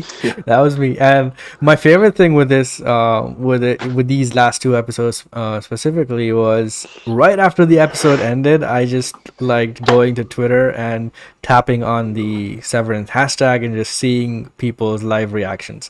Everyone was just so mad because of the cliffhangers. They're like, "I'm gonna break my TV," and I was like, "Yep, that's how I feel." It's so good. Even Stephen King loved it. I love when other filmmakers, praise something. This happens not that often, but when it does, it's actually something really good. So it happened with Severance, and also with that movie that's out right now, Everything Everywhere All at Once. So a lot of filmmakers are also praising that one. So yeah, I'm definitely gonna check that out. But unfortunately, that's not releasing here, so I'll just have to wait. But moving on to a slightly upsetting topic, Ezra Miller was arrested a week ago, I think. And yeah, so there are claims of, hold on, let me just be accurate and bring up this tweet. Okay, so WB and DC, okay, so this happened afterwards, but firstly, Ezra Miller was arrested for apparently harassing someone in a bar. Not sure if he was drunk or not, but apparently he just snatched a microphone when someone was singing Shallows. Maybe they were singing badly, I don't know, but just that, the reports came from that, and I've looked into it a little bit, and I think that there is something more to that story, because the source doesn't seem that reliable, and this thing just came out of nowhere, and suddenly now why, and stuff is not clear. Ezra Miller hasn't said anything. Nobody from his side has said anything. Warner Brothers hasn't said anything, but we don't expect them to say anything. Stuff like this happened, and then we heard from John Campea first, and then some other outlets, and Rolling Stone said that WB and DC executives held an emergency meeting to discuss Ezra Miller's future with the studio following their recent arrest and disorderly conduct. They will be pausing development on any future projects involving Miller, which would be Flash 2 and maybe even a Justice League movie. And then the very next day, from IGN, a source with the studio has rebuked the original report from Rolling Stone, telling IGN that no such emergency meeting took place, and dismissing the claims as exaggeration. So I can understand that this probably was an exaggeration, but we don't know for sure. But also, there's another thing to this, which is that this came from a source at WB. So of course, someone at WB would say that, oh, nothing's happening, we're fine, and all that, right? So like I said, there's more to the story than we know. So I won't be jumping to any conclusions. I won't say that Ezra is innocent in this case, or that he is actually doing that in this case. So I won't say either way because I don't have any context to that or what happened. But I did look into it, and it did seem to me that there was more there than just his behavior or that. But if that behavior was indeed accurate, I would say that is definitely problematic, and he should definitely get help. And people should support him in getting help rather than just putting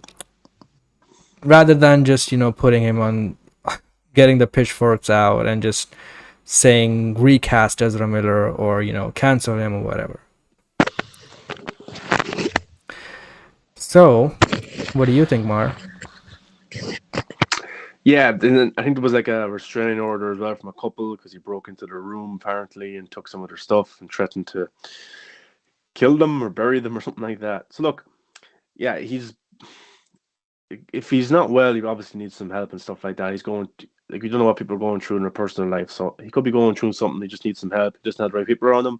Hopefully now he does, and he wasn't doing any press tour for Fantastic Beasts. And we'll have to. Hopefully, he'll obviously do the Flash movie because he's the lead in that. That's not coming out till June 2023. But if this kind of behavior continues in a way, then I think Warner Brothers would have to look and say, can we really invest in this guy? It might not be good for the brand because not only is he in DC, he's in Harry Potter as well. Fantastic Beasts is out right now, so he's in their two biggest franchises. So if he is problematic and things start coming out every few months, it's not good for the image of the brand and stuff like that. So you can understand that from a business point of view. But again, Warner Brothers, they hire him to be in their movies, and if they're so worried about brand and stuff like that, maybe they should offer to get him some help as well. They should be there for him that way too. But yeah, in terms of what really happened, the context, we don't know. He's a celebrity. People are going to egg him on. People are going to try and get something out of him. So there is people like that out there. So I don't know what really, really happened, but he was arrested, and there is a restraining order against him, and those things are fact. But in terms of Warner Brothers having emergency meetings, they could have been, and now this was just kind of they just got ahead of this before it got worse, saying no, it's fake. We didn't have emergency meetings; it's all exaggerated. So it's hard to know which side is true in that case. But if let's just say they did have a meeting about, I can understand brand image and stuff like that, but they should be helping their talent. And let's just say they didn't have a meeting about it. Well, they at least had talks about it. They had to have had talks about Ezra Miller, and this. But then again, they never came out and said anything. His reps never said anything. The same with that incident in Iceland as well, the choking video, which was like 3 seconds of the one side, and we got no context to that either. So that could have been fake, people messing around. We just don't know. And and Ezra Miller obviously was calling out the KKK there not too long ago. I don't think many people disputed that, him calling out the KKK, but just kind of maybe the way he was talking about it, and stuff like that. So look, people are going to try and nitpick at him and quotes from interviews and stuff like that. There's obviously some sort of bias against the guy as well, so you're obviously going to have that. But yeah, if he is going through something tough, I hope he gets the help he needs. And if he is going through something terrible, which he could be, and he's not well, then look, the Flash movie, it doesn't matter. The guy's health is more important. Zack Snyder had to step away, Ben Affleck had to step away for their health, and look at them now. They're doing fantastic. And if Ezra Miller has to do the exact same thing, then albeit, health is more important. Happiness is more important than a stupid movie. A stupid movie. That's all it is. It's a movie. We all love movies and stuff like that. I love movies, but it's a movie. If the guy's not healthy, he's not healthy, and he needs to kind of get that fixed, or someone needs to help him and stuff like that. But in terms of the Flash movie, seen people putting around Grant Gustin coming in as the new Flash. Look, the Flash CW fans, passionate, they watch the show, but guys, your fan base isn't as big as the general audience fan base. You know, a lot of people don't even know who Grant Gustin is, and they would not care who Grant Gustin is at all. You know, it was pretty cool when Ezra showed up in CW, but that was a cinematic version of the character, the Flash.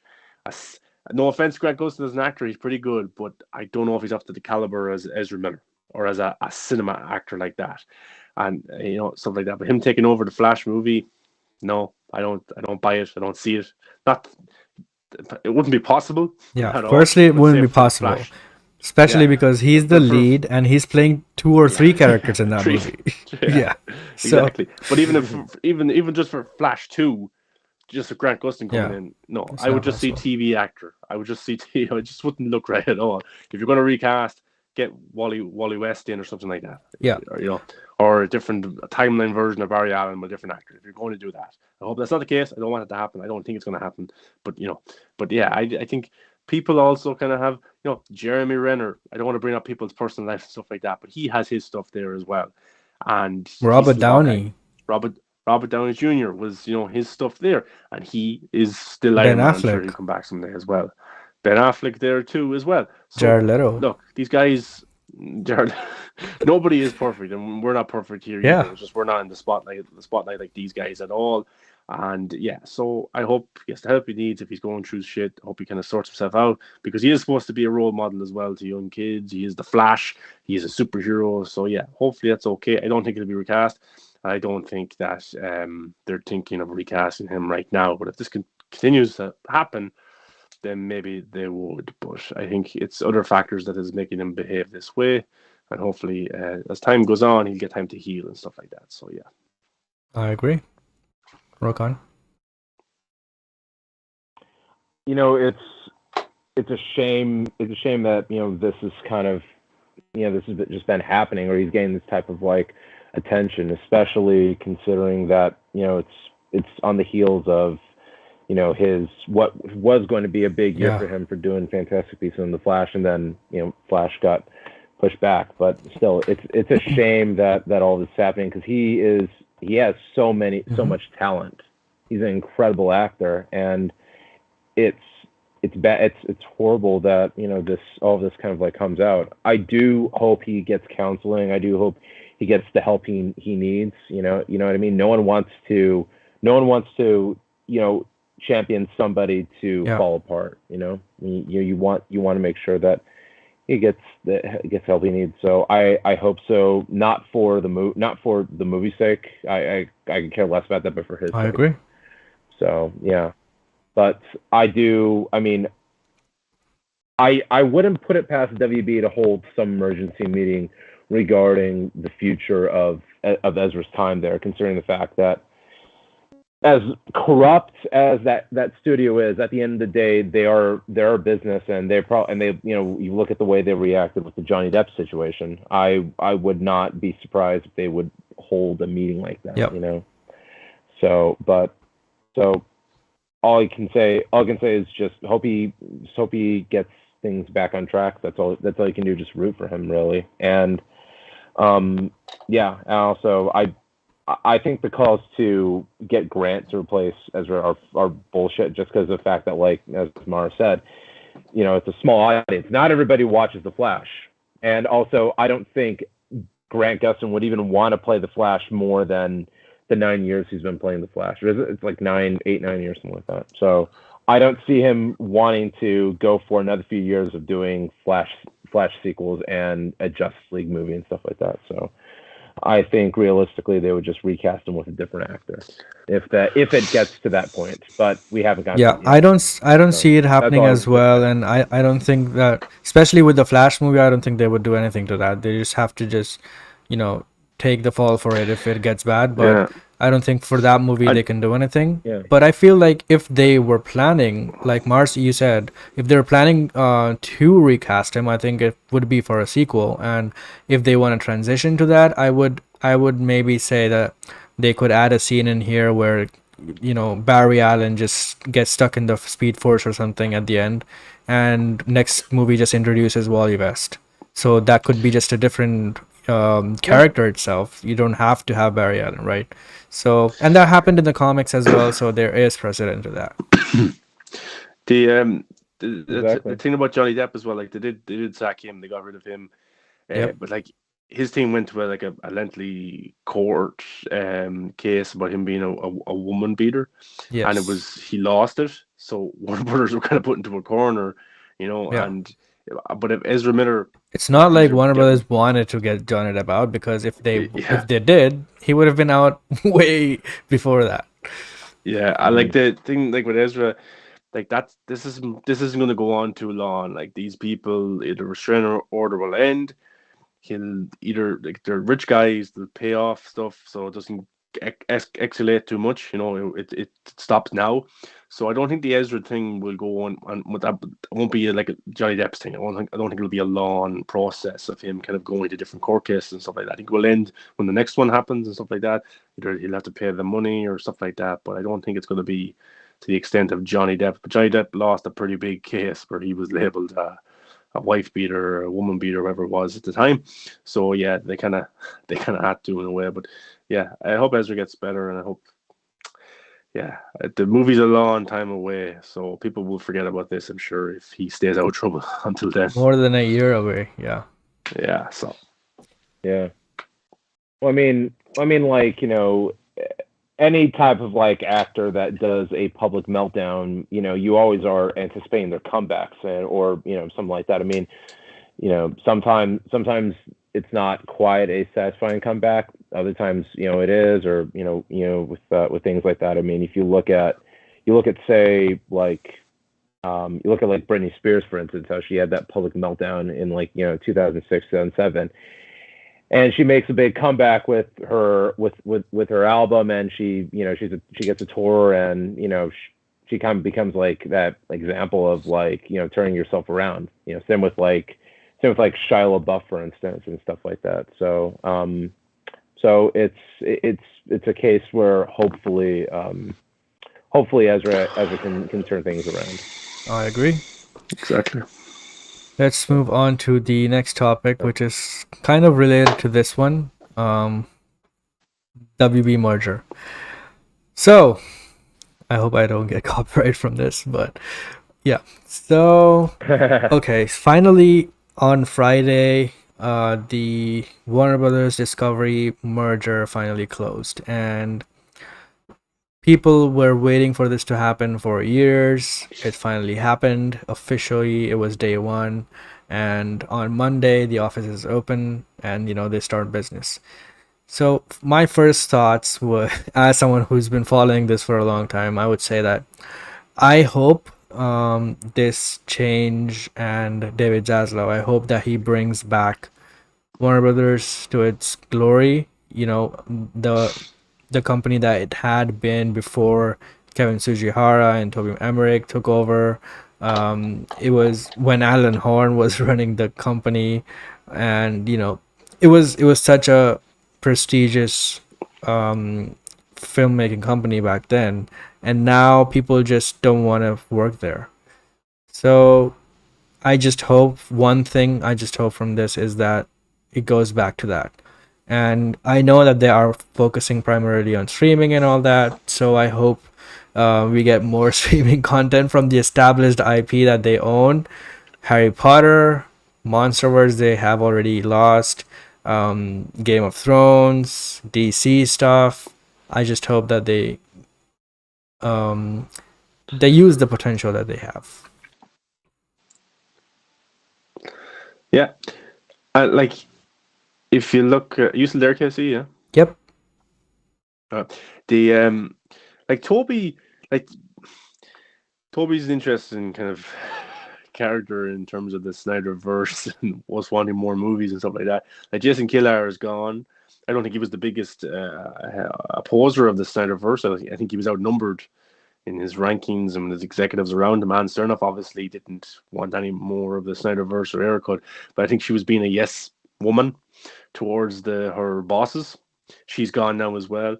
But Toby was there when the Snyder Cut got announced. I'm not saying he was the reason for it. I'm just saying is it's possible for projects with Zack Snyder to be announced in the future if Toby Emmerich is still at the company. So I wouldn't cry too much if he's still there or if he's over some division. I wouldn't at all, because I think in a way he could be out. He himself is a yes man, you know, so he could be outnumbered by Saslov and these other executives that come in now and this new kind of layer of the company, and he'd have to go with the flow. So I don't think the end is naive for the Snyderverse or anything like that. I think it's very much a possibility now with this merger. But we don't know David Zaslav's true intentions. He talks about Superman, Wonder Woman, Batman, but what Wonder Woman, Superman, Batman? You know, we just don't know. Even recently So I in an would article, they praised Batman v Superman and The Matrix as one of the big hits. as an epic. Yeah. And like if you go by perception and box office, Matrix Resurrections didn't do that well. Batman v Superman was a failure. People will say online and stuff like that. You know, and that kind of Batman v Superman led to what happened with Justice League, but they're calling it an epic now. So these are good signs. And so it's hard to know what David Zaslav's intentions is. Is he more on the old regime side of the Snyderverse and their viewpoint? Or does he have a new opening to it because of how well Zack Snyder's Justice League did, the numbers there, the international numbers, the opportunities that it has right now? So it's very interesting. Like, time will tell with all this kind of stuff. And there's obviously a fan base to it. There's obviously not just a diehard fan base. There's also general audiences because of how well the movie did. It also was a big hit at the Oscars. The cheer moments. So these are all factors that's lining up. These are all little wins, big wins for the Snyder Cut, and it has to show for something. It has to make David Zaslav look at it and see. Now, David Zaslav has a huge company to look at. It's not just DC. You know, he's coming in with the HBO Max as well to try and make that as big as Discovery, and a lot of that is reality TV shows, cooking channels, stuff like that. That's where he has really, made it big in the last 10, 15 years. So now he has to learn as well about the DC division, about the theatrical stuff. He has to learn about this stuff as well. So he's not going to be A1 perfect with every decision and everything that he does. He's probably going to need a team around him, and that's probably the reason why Toby Emmerich is still there, because Toby Emmerich, love him, hate him, whatever, he's been in the company for 25 years, different companies, stuff like that. He's been in the mix of things. He knows how things work to a degree. Dune won Oscars, and he was a part of that as well, that process, but he also was a part of the day-and-day streaming, which ripped a lot of talent out of Warner Brothers. So there's wins and losses there as well. But in terms of the Snyderverse, I think I just keep faith. I'd be respectful in everything that we do as well. I know it's easy to kind of lose control and go into comment sections and attack this person, attack that person. But, I think if you take the high ground, there's a lot to show for. Anne Sernoff was given a gift basket or a fruit basket there when she first got her job. I think Deborah Snyder commented it as well on a stream. And that looks good from our perception. And she didn't come out and kind of got that apple, took a bite of it and spit it into all the fans' faces. She looks bad, and that's why I didn't really want to react. I didn't want to really condone any of the bad behavior people had to online towards those executives, because I think you should always take the high ground in a way and just be patient and just wait. Be patient. Snyder Cut come out, big hit, and sure enough, she's gone, nowhere to be seen. Stuff like that. So I think people have to be conscious of how they behave online as well, and people will say, no, that's not the way to do it. And okay, maybe I'm wrong. But I just think be respectful and be nice in what you're trying to do. You might get a little bit more than even that you're looking for. So we'll have to see. The next few months, the next year will be interesting, because David Zaslav, what he's trying to implement, won't happen in the first week. It won't happen in the first 2 weeks, month, 6 months. It's going to take a year to see the process he's trying to build. It happened with Bob Chapek at Disney, and it's not going too well there at the minute either, and it took him a year and a half before his vision came into what Disney is now. So we'll have to wait and see. But I don't think, even if Toby Emmerich does stay, I wouldn't look at it as this is the demise of the Snyderverse. But anyway, no matter what happens, Zack Snyder is tied up until 2024 with Army sequels, with Rebel Moon. So the guy's busy. So it doesn't have to be announced today, tomorrow, next week, next year. It can be announced when he's free, when he has time to do things, if he wants to come back and do it. Absolutely. Rokan? Mm-hmm.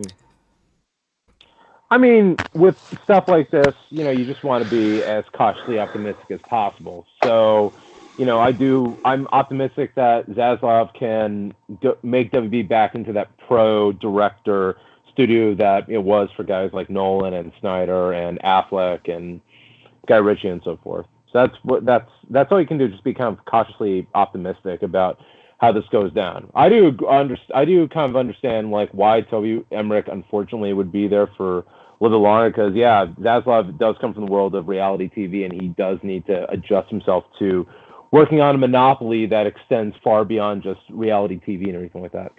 But also, since he's worked in that world, he knows kind of like what is a flagship type of thing. So you know what I mean? Like, if you go on Discovery, their flagship shows are like 90 Day Fiance and stuff like that. So I think with HBO Max, they don't have a flagship show. You can argue Peacemaker is a flagship show, but it doesn't. It's not Game of like Thrones. Those high. Exactly. It's not Game of Thrones, and you could argue Euphoria is, but Euphoria is an HBO production. It's not an HBO Max type of thing. You know what I mean? Zack Snyder's Justice League got crazy numbers with interactions, with how it did at the Oscars, with the critics and stuff like that. It did extremely well, and I think he wants to look at the Snyderverse as like hopefully as that flagship franchise that is kind of like HBO Max's Stranger Things or The Boys, where it's like their lead type of pitch to get people to subscribe, because that's how it was originally when Justice League got announced, was that more people started subscribing to HBO Max as a result of that. You know what I mean? Absolutely. Yeah. So if you look at Amazon there with Lord of the Rings, I think Zack Snyder's Justice League in the future there, that could be the Lord of the Rings for HBO Max. That too, yeah. You have 15, 20 episodes, 10 episodes, whatever it is, and have these kind of epilogue stories. With this episode, we follow the Joker and Deathstroke in the Nightmare World doing a side mission. The next episode, we follow Batfleck and Gotham City trying to crack this, whatever, different stories. That would be cool. And you have this kind of epic unfolding of this story.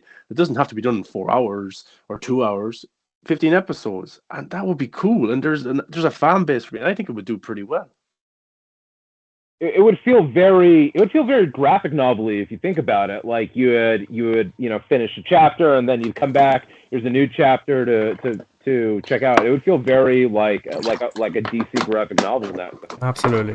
So, I mean, I hope that that's kind of like what Zaslav can see, and ultimately, he writes the checks, he makes the big decisions. He can overthrow Toby Emmerich if he's throwing a fit about it. So, that's what you kind of like hope to see. I mean, granted, they got rid of Sarnoff and they got rid of Kilar, so I mean, they clearly are wanting to shake up the regime, or they are aware of the fact that the regime has soured a lot of talent. Yeah, absolutely. And everyone knows, like in the industry, Zack Snyder is very respected.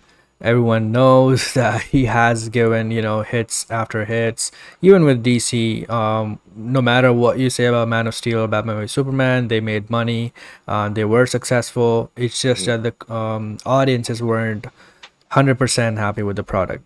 So, but with Justice League, he delivered, and even the audiences liked it. Critics even liked it. So that was a very, very big win, and it was 100% Zack Snyder vision. It's not even like a studio, like they didn't make a studio version of that and release it. So it was 100% Zack Snyder vision. I know a scene or two were cut out, but from a studio perspective, they gave Zack Snyder complete reign over that movie, and he delivered. So the critics and the audiences were happy. He now made this movie. Now he's going into Rebel Moon. So yeah, I'm just excited to see things in the future. I hope they make good movies, good decisions. With Zack too, like I would love to see Justice League 2. 2 and 3, or just in a one movie or one show, however they want to deliver it. So another thing in that is that this time they are getting a different person to run the streaming side of things. So Toby Emmerich won't be overseeing that. So maybe there is a window over at HBO Max there, which we can see. So yeah, hopefully. Fate, Alfred. And also positive. Exactly. And also positive or negative, Zack is the most talked about director on Twitter. like people will spend out their day either praising the dude or hating the dude, and like not like, and not even like big ones like Nolan or Tarantino get that type of like Nobody in the world, yeah. activity. None of the big directors have such a huge, passionate fan base. Like, not You even know, Nolan. you could do Yeah. greenlit the Justice League series or whatever movie or whatever it is for HBO Max, and then do like a reality show with Zack Snyder putting it all together. Come on, that's just money right there. I'd kill for that. Like, just to watch him just walk through the facilities, like dodge through the studio execs. It'd be Yeah. It'd be awesome. very funny because Zach's funny as well, and Deborah's funny, so it would be very humorous, And then, yeah, I think that should be the way to do Zack Snyder reality show on HBO Max. Yeah. But no, I'd keep faith with it. Definitely, you wouldn't know what's going to happen. It's a weird world we live in, and hopefully this new regime listens to the fans, and if they do, we'll get the Snyderverse no problem, which is terrific. But Zach, we have to be respectful to him as well. He's busy doing Rebel Moon right now, which back to back 2 movies. Then he'll go into Planet of the Dead, and then he might be free. If he wants to go, he has to go. He has to want to go back as well, And also, there's another thing if he has to get Ben Affleck back, which I'm sure he would as well. Jared Leto, all these other actors. I don't think he'd have any problem getting actors back. And I also think if they come like Ben Affleck or whoever else want to do a massive shoot, that's where the series comes in. You can shoot little things here and there and stuff like. There's ways around it. The plan we think of Zack Snyder's Justice League 2, I think when it does get really greenlit, and whenever it is, series or movie, it's going to be very different. I think Zack has new ideas all the time, and then he'll have different inputs as well from people, and things change. But I think I've said since the Snyder Cut came out that I think we will, in some capacity, we will get an expansion of this particular world, and I hope that's the case. And just be patient. I know it's tough. Be patient. Yeah. Fingers crossed. Yeah. And Exactly. speaking of Rebel Moon, let's jump on to our last topic of today, which wasn't, planned before, but I just realized we forgot that, so I'm just adding that now. So just one day after the merger announcement, Zach announced that there are 4 new additions to the cast. So Zack Snyder's Rebel Moon adds Cary Elwes, Corey Stoll, Michelle Huisman, and Alfonso Herrera. So out of these 4, I know only 3 people. I didn't know who Alfonso Herrera was. Apparently he's in Ozark season 4. So these are pretty big names, and every time Zack Snyder announces casting for this movie, it has been amazing and all awesome names. So I'm pretty excited for this movie, especially because apparently this is going to be 2 feature films. So production will last until November with a plan to split it into 2 epic features. If it goes well, there could be a number of spin-offs as well.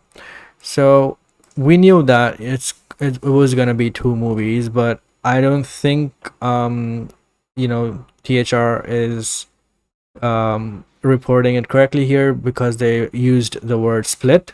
I don't know if one movie is just going to be split, but apparently it was always planned to be just part 1 and part 2. So yeah, that's there. But the exciting thing about this thing is that it's gonna have spin-offs, which was kind of speculated based on what this movie was gonna be. They were gonna create a shared cinematic universe with this as well.